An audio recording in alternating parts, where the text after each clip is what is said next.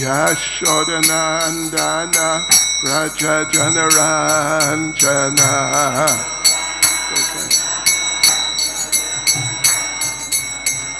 Yashodanandana Vraja Janaranjana.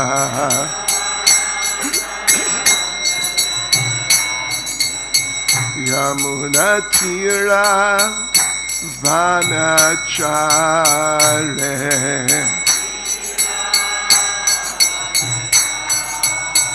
Yamuna Tira Vanachare.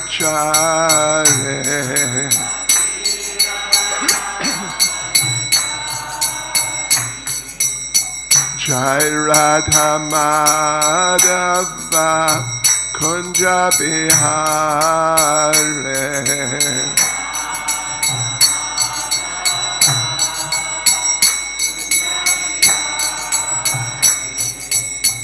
Jai Radha Madhava Kunja Bihare.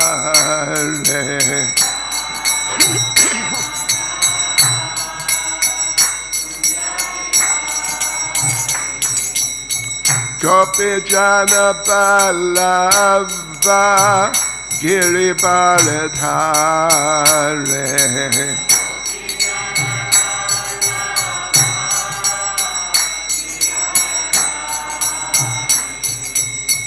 Gopi Jana Ballava Giri Baladhare.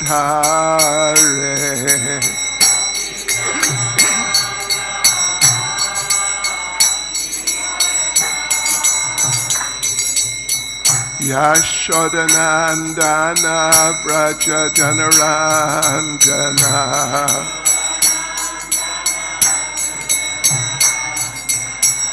Yashodanandana Vraja Janaranjana.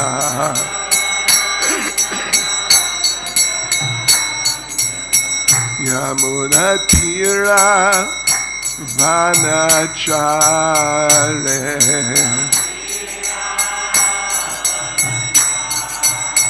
Yamuna Tira Vanachare.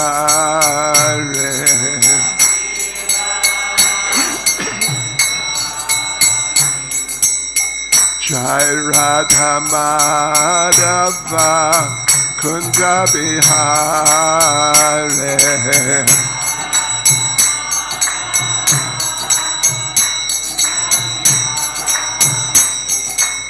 Jai Radha Madhava Kunja Bihare.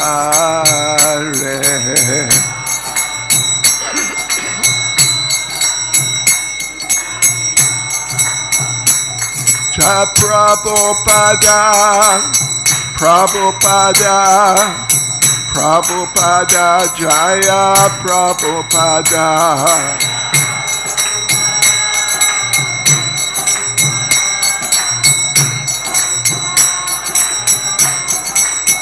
Jaya Prabhupada, Jai Prabhupada, Prabhupada, Jai Prabhupada.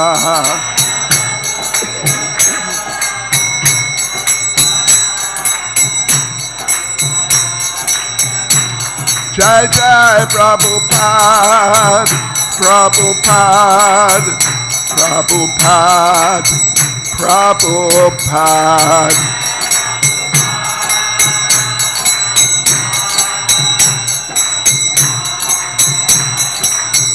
Jai Jai Prabhupada, Prabhupada, Prabhupada, Prabhupada.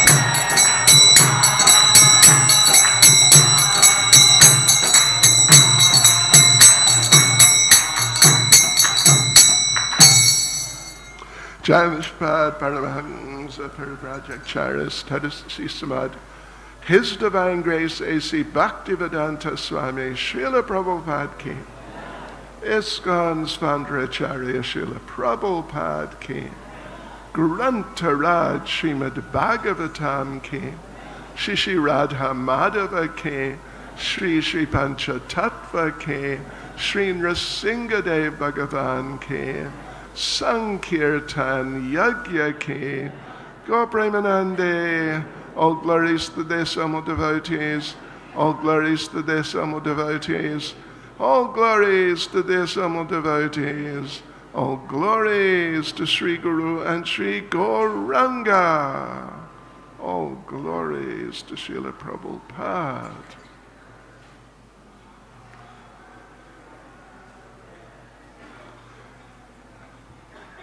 Is this in the right position? It's okay. He said it's okay, so. Om Namo Bhagavate Vasudevaya.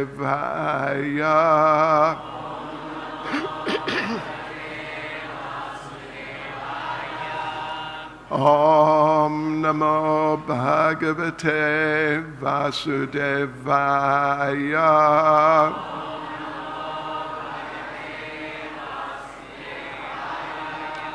Om Namo Bhagavate Vasudevaya.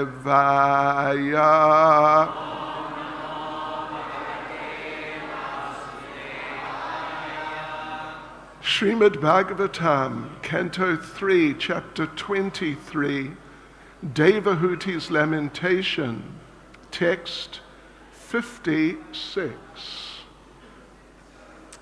Neha Yat Karma Dharmāya Na virāgāya kalpate na tīrtha-pada-sevāyai jīvann api mṛto hi sa neha yat karma dharmāya na virāgāya kalpate na tīrtha-pada-sevāyai jīvann api mṛto hi sa neha yat karma dharmāya na virāgāya kalpate na tīrtha-pada-sevāyai jīvann api mṛto hi sa neha yat karma dharmāya na virāgāya kalpate na tīrtha-pada-sevāyai jīvann api mṛto hi sa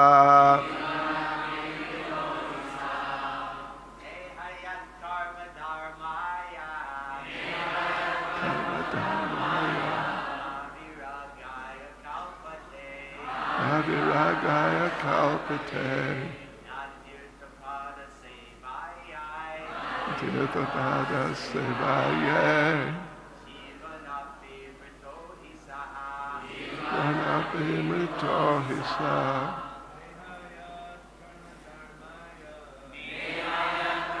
dharmāya virāgāya kalpate na tīrtha-pada-sevāyai jīvann api mṛto hi sa. Ladies,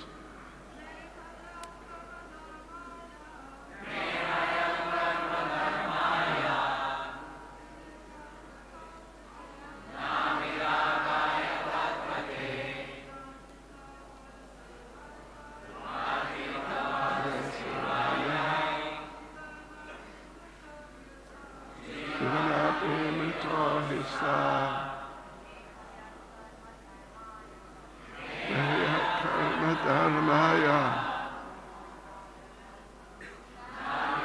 virāgāya kalpate, tīrtha-pada-sevāyai,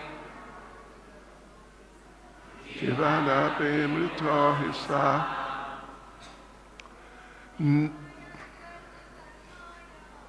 Neha karma dharmāya, virāgāya kalpate, tīrtha-pada-sevāyai,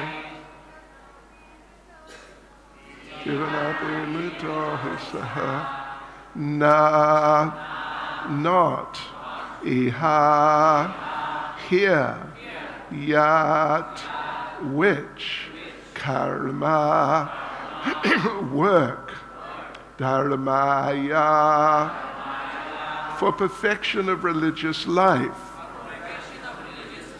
Na, not, virāgāya, for detachment.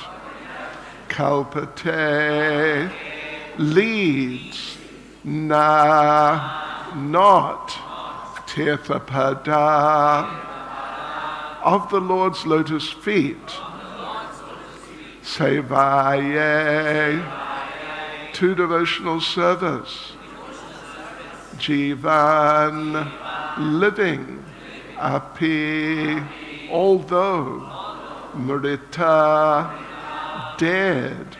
He, indeed. Sa, he. Translation: anyone whose work is not meant to elevate him to religious life, anyone whose religious ritualistic performances do not raise him to renunciation, and anyone situated in renunciation that does not lead him to devotional service to the Supreme Personality of Godhead must be considered dead, although he is breathing. Purport by Srila Prabhupada. Devahuti's statement is that since she was attached to living with a husband for sense gratification, which does not lead to liberation from material entanglement, her life was simply a waste of time.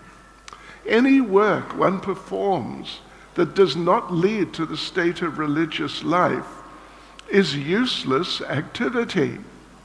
Everyone is by nature inclined to some sort of work, and when that work leads one to religious life, and religious life leads one to renunciation, and renunciation leads one to devotional service, one attains the perfection of work. As stated in Bhagavad Gita, any work that does not lead ultimately to the standard of devotional service is a cause of bondage in the material world. Yagyartat karma non yatra, lokoyam karma bandhana. Bhagavad Gita chapter 3 verse 9. Unless one is gradually elevated to the position of devotional service, beginning from his natural activity, he is to be considered a dead body.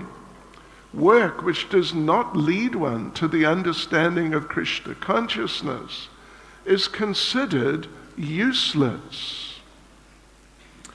Neha karma dharmāya na virāgāya kalpate, na tīrtha-pada-sevāyai, jīvan api mṛto hi sa. Translation: anyone whose work is not meant to elevate him to religious life, anyone whose religious ritualistic performances do not raise him to renunciation, and anyone situated in renunciation that does not lead him to devotional service to the Supreme Personality of Godhead must be considered dead, although he is breathing.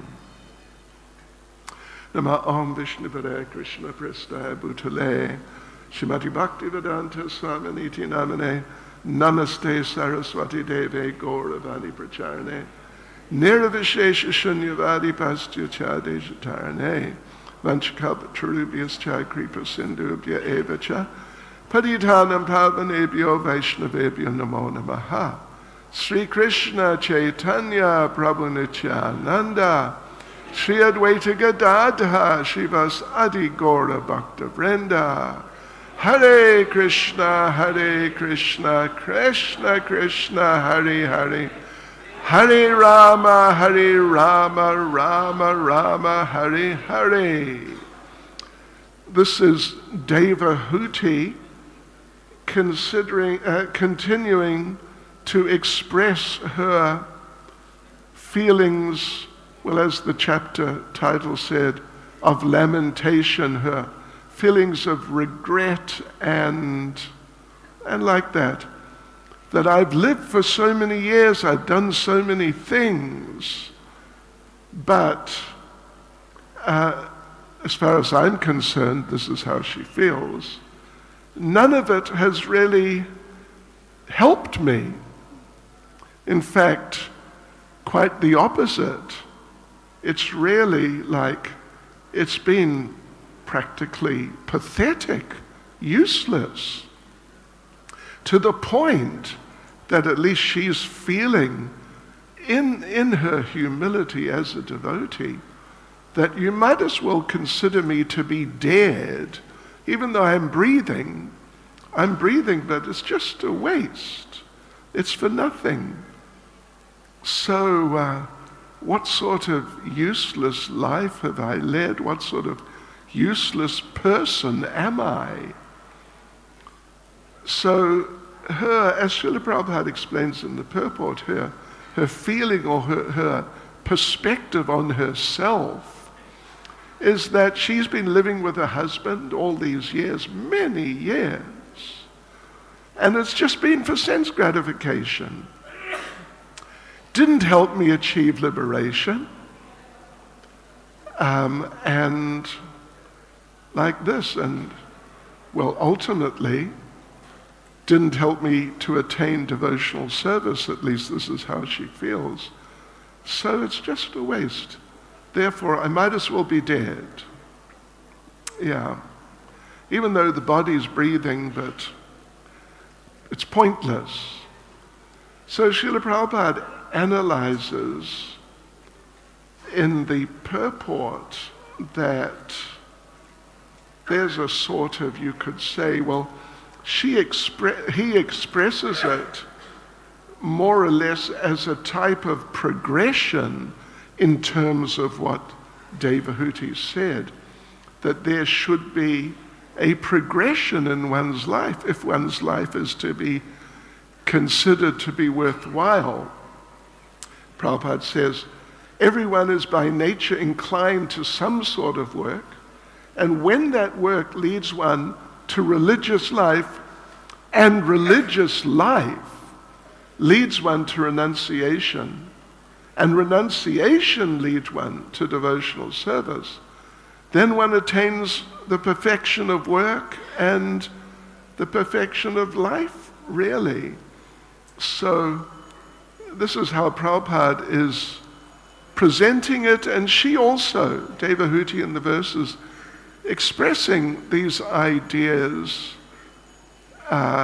in her own way, that this progression should be there, if at all possible, that everyone has some sort of nature in physical terms, material body, material psychology, all acquired over so many lifetimes. Nobody knows at all how many lifetimes. So it's really deeply ingrained, very deeply rooted in one's living system. So yeah, everyone has some sort of inclination to work. And as long as that work leads you to religious life, or actually the way she puts it, that work will elevate you to religious life, which involves religious ritualistic performances, And then if all of that raises you to renunciation, and then that renunciation leads to devotional service to the Lord, that's good, that's success, that's how life should be. And otherwise, well, anyway, as we said, it's just a big waste, useless. And of course, at any point in the progression, if it doesn't, somehow or other, you don't make the progression to the next stage, then, well, it all ends up being useless anyway.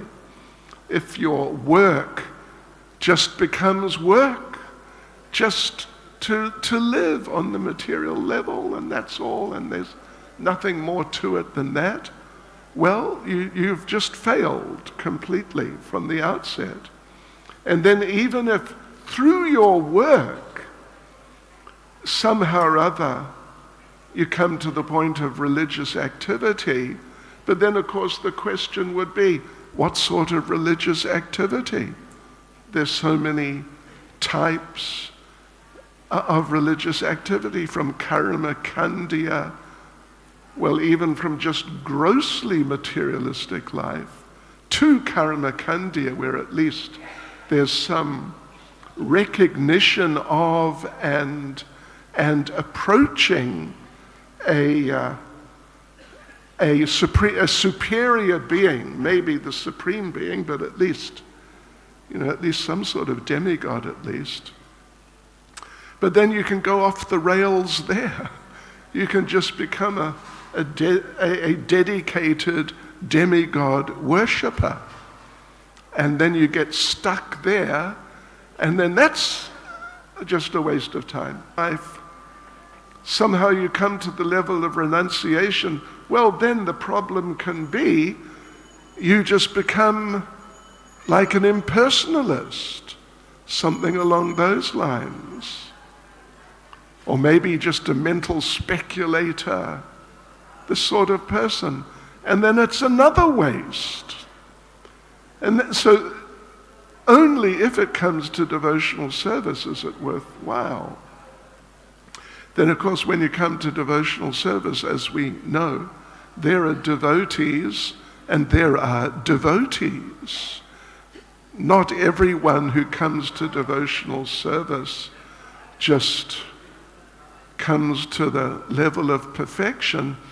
Of course it may happen, it may take lifetimes to come to that point, but people can just fall down and get sidetracked, and away they go from devotional service. We were at Shantipur a week ago or something, and we were speaking to one of the leaders there, and I remember meeting the previous, he was the 13th, the current is the 14th generation from Advaita Acharya. This was the 13th who I met like 30 years ago or something like that. And I had read in Chaitanya Charitamrita just a few days before how Advaita Acharya had 6 sons. 3 of them became great devotees, like Achyutananda and 2 others, great devotees. But 3 became Mayavadis. Yeah, it's not good. And Prabhupada mentions the names of those who became, of all of them, and one of them who became a Mayavadi, his name was Balaram. So I asked that 13th descendant, and he was the leader in those days, who are you, which one of the sons are you descended from? And he said, from Balaram. Seriously.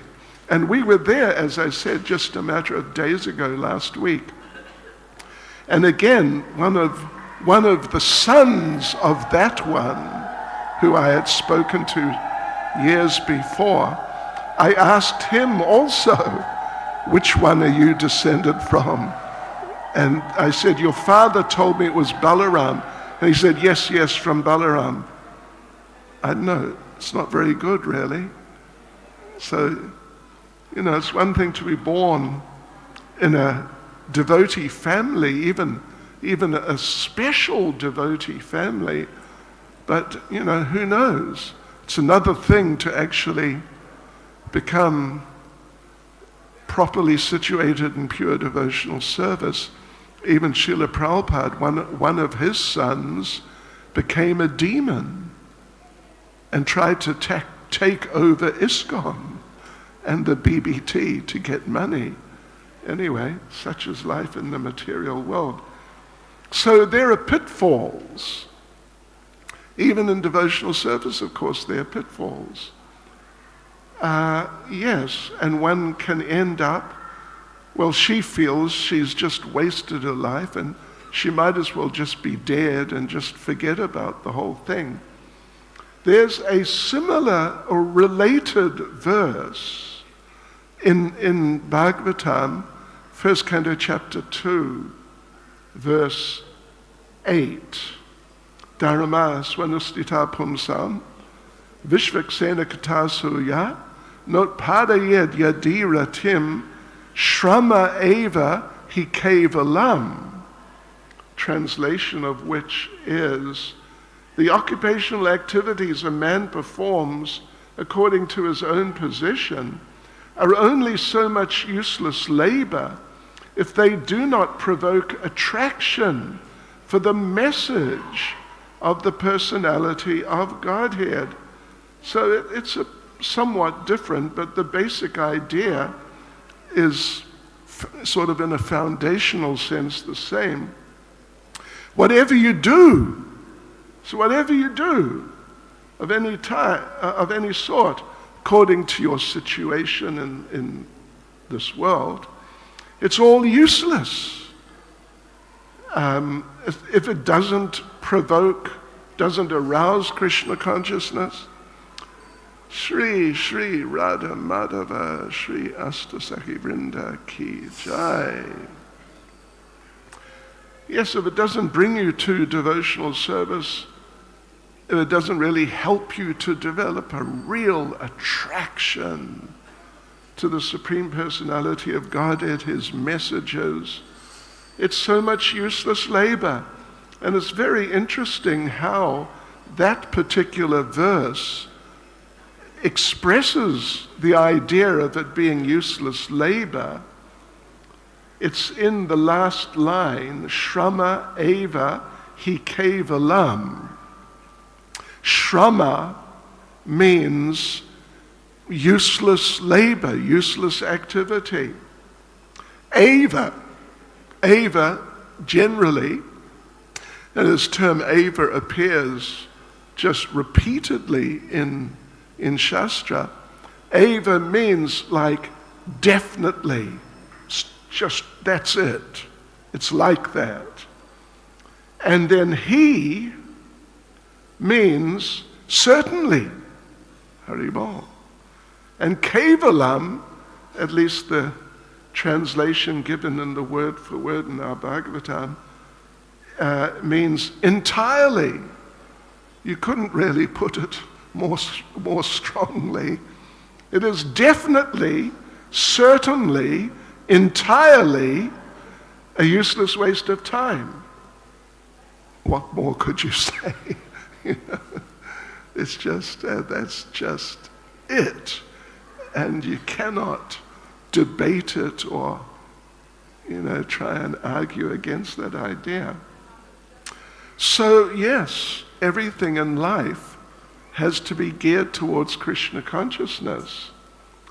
And, well, there's another, you could say, sequence which we encounter. Here the sequence is work to religious life, to renunciation, to devotional service, as Devahuti has put it.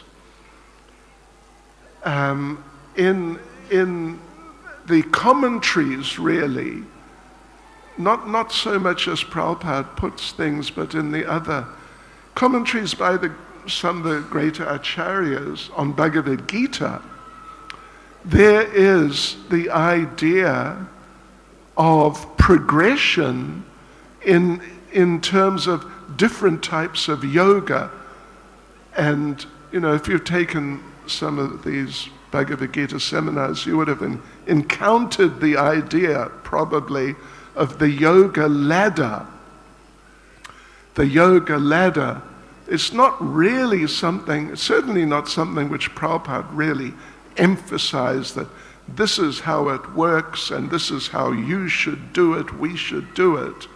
But it's there in the writings of these great devotees like Baladeva Vijayabhushan, who Prabhupada dedicated his Bhagavad Gita to, and Srila Vishwanath Chakravarti Thakur, and others. The yoga ladder, you start with karma kandya, generally means just worshipping demigods to fulfill your material desires. But then, if you're properly trained in karma kandya, then you'll come to a more renounced level, particularly of karma yoga, doing your same, whatever, your duties you are doing, at least some of those duties in karma kandya.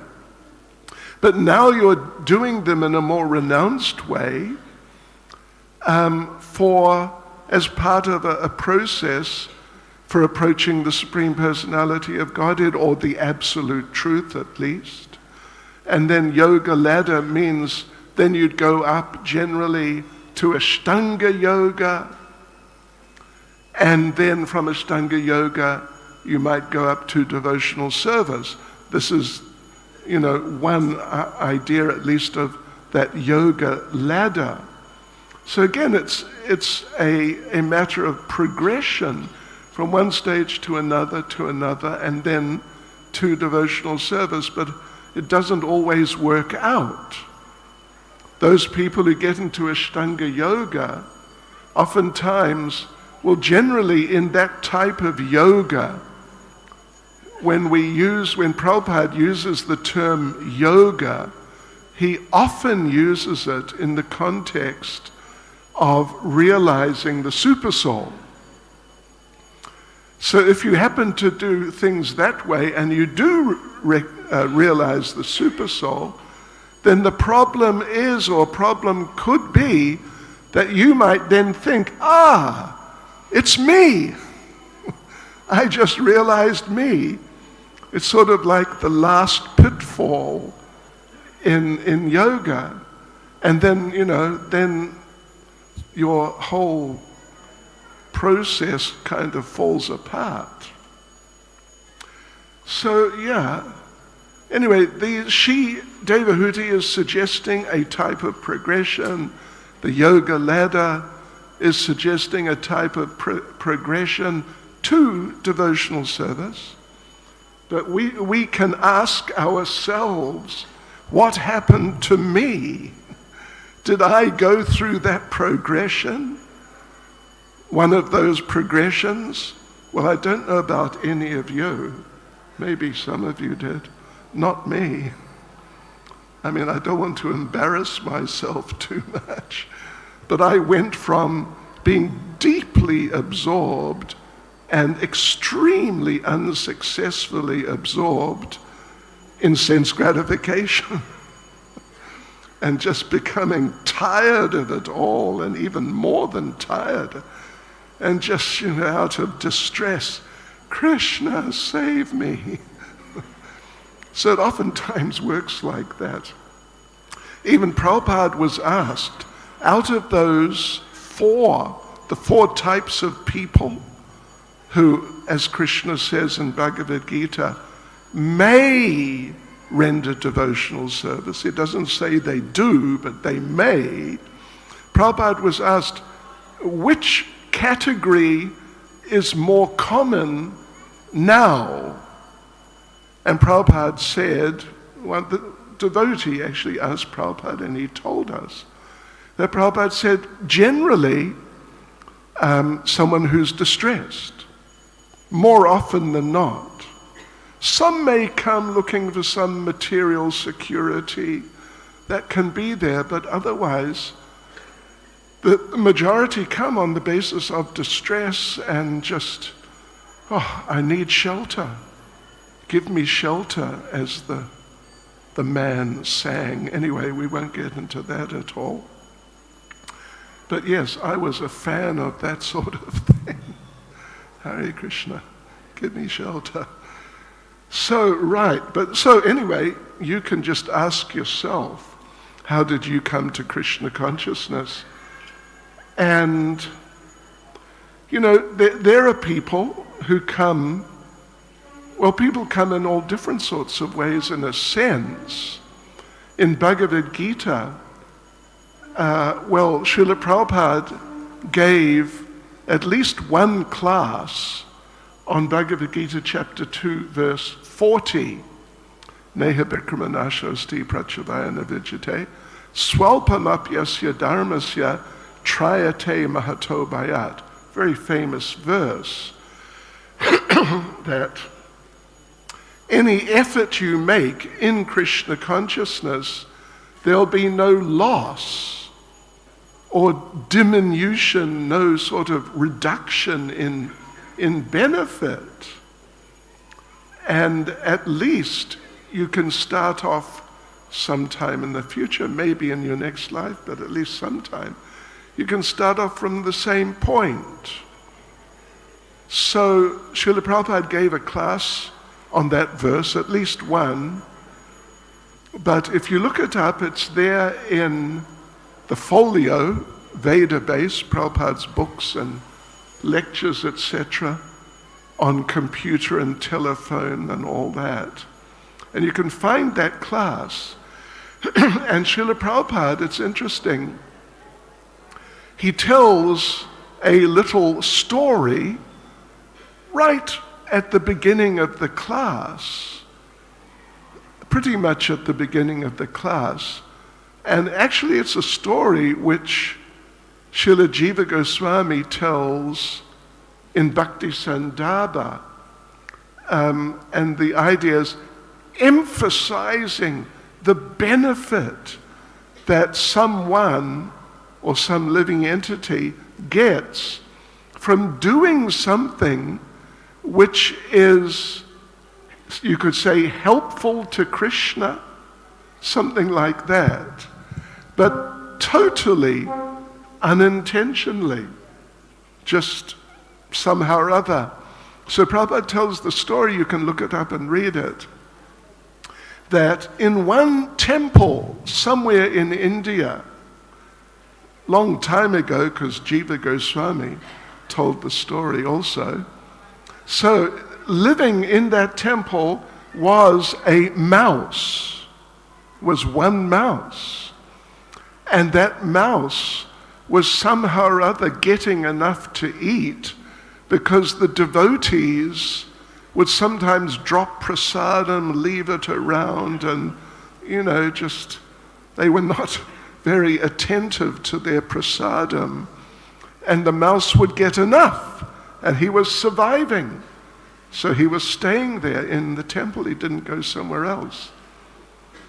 And Prabhupada explains how if, on some occasions, the mouse couldn't get something to eat off the floor, that sort of thing, what he would do, he would climb up the stand of an oil lamp. I think we're all familiar with these oil lamps. He would climb up the stand. On top of the stand is a bowl full of oil, and somehow he'd climb around and drink some of the oil. So when he couldn't get some prasadam or food, whatever, that was just left lying around, he'd do that. So, but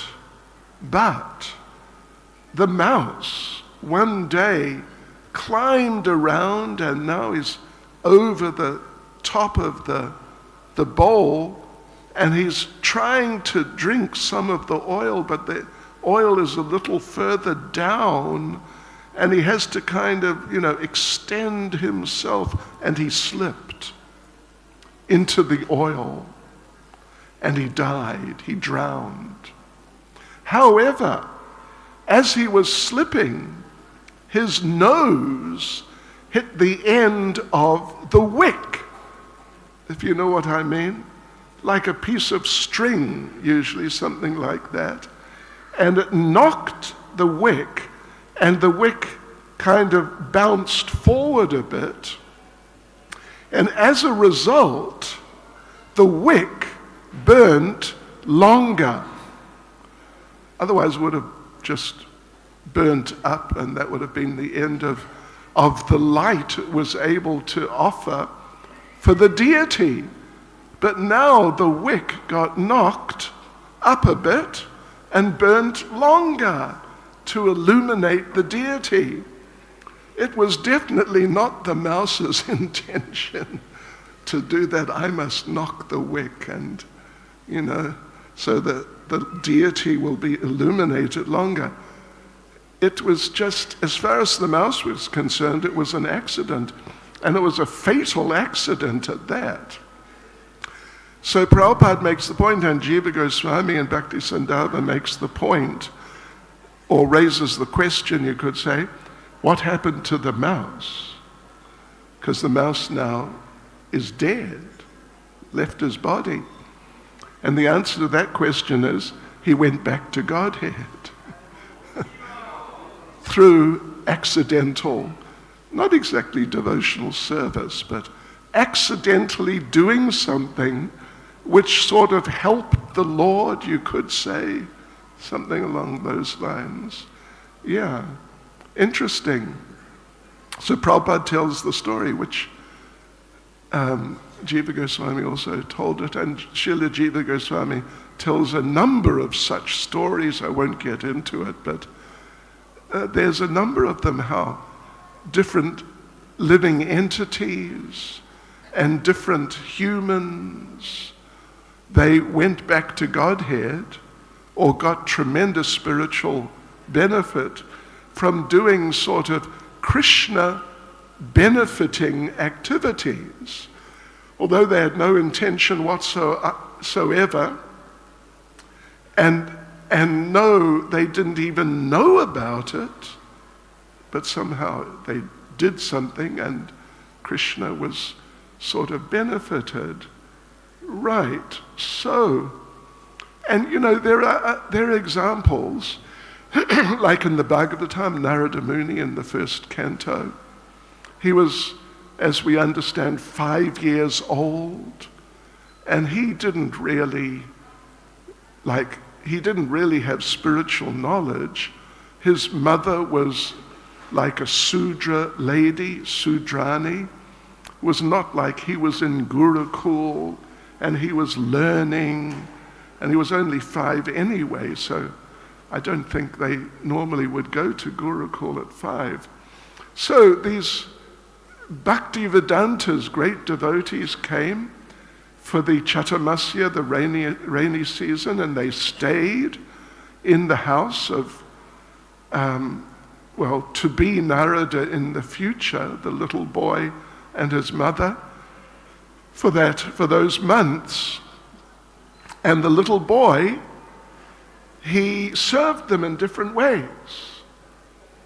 And he would serve them prasadam, he would clean up after them, he would wash their clothes, these types of basic serving activities. And he would also sit and listen when they would discuss, because they would discuss regularly. So on the basis of that, as a result of that, he became the great devotee, Narada Muni. But it seems pretty clear that he was not exactly doing, at least it's not expressed like that he was doing those things thinking, yes, I will get spiritual benefit I will progress in devotional service, and so on. It just happened. And Parikshit Maharaj, for that matter, he was cursed. 7 days to live. It wasn't his idea, before he was cursed, it was not his idea to go and do a whole program of hearing Srimad Bhagavatam, but he ended up doing that. And the gopis, of course, the most famous of all pure devotees, they ignored spiritual standards. They even ignored material standards, like some of them had husbands and some of them had children by those husbands, but they just ignored those duties and ran out to meet Krishna. And they developed the highest levels of pure love for Krishna. These examples are given actually by, who is it? I think Srila Vishwanath Chakravarti Thakur, of people who somehow became perfect in devotional service. So it's emphasized, and it's actually right in the earlier stages of Bhakti Rasamrita Sindhu, the eastern side, chapter 2, verse 4, refers to Srimad Bhagavatam, 7th canto, something, I forget exactly, but quotes 2 lines from that Bhagavatam verse. Tasmat kenap upayena mana Krishna naveshayet. And the translation given, somehow or other one must consider the form of Krishna very seriously.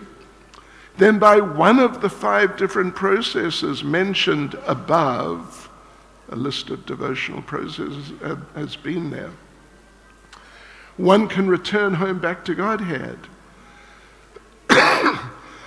Excuse me. So, therefore, we have to somehow think of Krishna. Srila Jiva Goswami's commentary on that verse of Bhakti Rasamrita Sindhu is as follows. By any of these methods, upayena, including lust, affection, family relationship, and vaidhi bhakti, but without enmity, without fear, without hatred. One should fix the mind on Krishna. Fixing the mind also stands for the activities of all the other senses, and thus includes vaidhi sadhana bhakti. Use of the word kena, any, means just any, means any suitable method, excluding fear and hatred. One's mind should concentrate by using one of the favorable methods, such as affection. That is the meaning. Well, you know, Devahuti mentions religious activities. Prabhupada in the purport talks about them. I heard, I was not there unfortunately, but I heard yesterday Jayapataka Maharaj talking about Lord Nityananda told the story of the big dacoit, the big, really big dacoit. In one of the verses introducing the story in Chaitanya Bhagavat, the translation is, "Listen, dear devotees, how Lord Nityananda saved the most fallen." And this fellow, anyway, you heard the story yesterday, I assume you were there, and possibly you know the story anyway. This fellow was not doing well at all. He was just, maybe you could say he was a competitor for Jagai and Madai. He was something like that. He was just too much. You could say he was three much. Anyway, he was just gone altogether as a dacoit. And he'd been following Lord Nityananda, when he was on Harinam, when Lord Nityananda was on Harinam. And Lord Nityananda would dress up in the most fantastic clothes and the most fantastic, beyond fantastic jewelry and gold, worth by today's standards many millions. Gold is now $5,000 an ounce. He was wearing kilos of it, Lord Nityananda.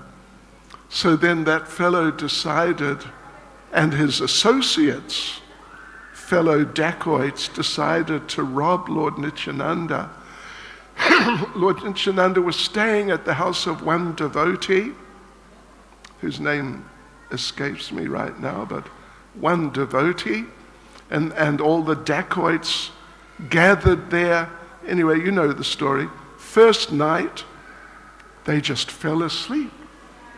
They were ready to go for it and rob and make millions and just, all that sort of thing. But they fell asleep somehow. I think next night, or maybe a night or two later, there were these big guards.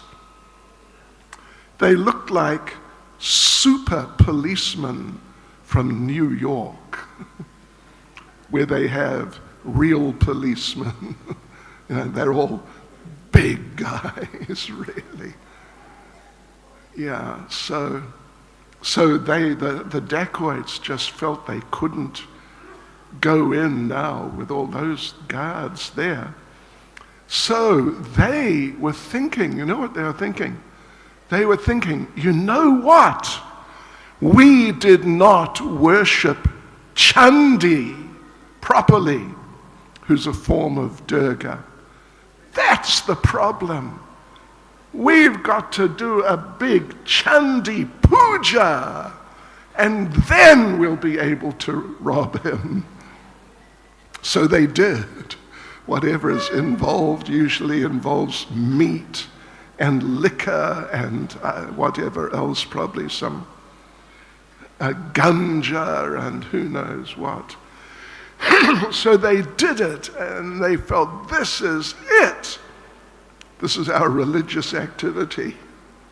Now we'll be successful. Anyway, it's a long story, and you heard it yesterday. But, well, we don't even know, we only know what happened to that one, the leader, the chief dacoit, is that, their attempt failed drastically the third time. They got smashed, totally smashed. But he got the inspiration to surrender to Lord Nityananda. I don't know if it was the mercy of Chandi, but anyway, somehow he got that inspiration and he became a devotee, and Lord Nityananda gave him the service of enroll all the dacoits, and we'll have a group of devotees, the dacoit Vaishnavas. So he did. He went all over, and because he was the leader, the top, the heaviest, nastiest, most evil dacoit, when he approached the other dacoits, they immediately agreed, oh yes, whatever you want us to do. So the whole group became known as the dacoit Vaishnavas. And their program was Harinam, but not just, Harinam like we have here. It was really heavy Harinam, boom, boom, boom, that sort of thing. And so, when they're coming down the street, they'd go all over. The devotees would hear, people would hear, boom, boom, boom, kirtan, and they'd know, wow, it's the dacoit Vaishnavas. We better get out of here. But they became like a major subgroup amongst Lord Nityananda's followers. Yeah. So anyway, it's interesting. And I have to finish, I think. I'm going to finish by, this is what Lord Chaitanya says to Sanatana Goswami in Madhya Lila chapter 22. It was a very important chapter, very important instructions to Sanatana Goswami. This is verse 50. Yad richaya matkatado jata shraddhas tuyapaman na nirvino narti sakto bhakti yogosya siddhida. Somehow or other. This is, well, it's actually quoted Krishna from the 11th canto of the Bhagavatam. Somehow or other, if one is attracted to talks about me and has faith in the instructions I've set forth in the Bhagavad Gita, and if one is neither falsely detached from material things, nor very much attracted to material existence, then his dormant love for me will be awakened by devotional service. And the next verse, verse 51, he clarifies what is the somehow or other if one becomes attracted. Yeah. Mahat kripa vinakona karme bhakti naya Krishna bhakti dure rahu samsara nahekshaya. If one is favored by a pure devotee, one can, unless one is favored by a pure devotee, one cannot attain the platform of devotional service. To say nothing of Krishna bhakti, if you're not favored by a pure devotee, one cannot even be relieved from the bondage of material existence. So, all glories to Devahuti and, her feelings, and of course Srila Prabhupada explaining it very authentically in the context, but this is how it works for us. We need to become favored by a pure devotee, particularly in our case, His Divine Grace Srila Prabhupada. And then we can attain the platform of devotional service. And unless we're favored by such a great devotee, well, it's going to be tough. It's going to be very difficult. Hare Krishna. Srila Prabhupada ki.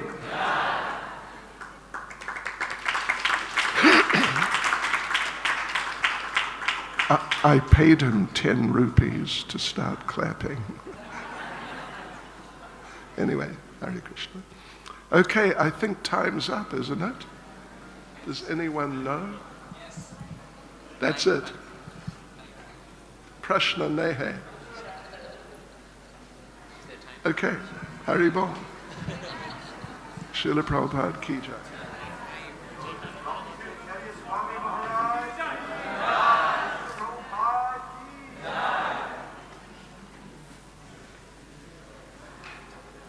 Hare Krishna, dear devotees. Let us assemble at the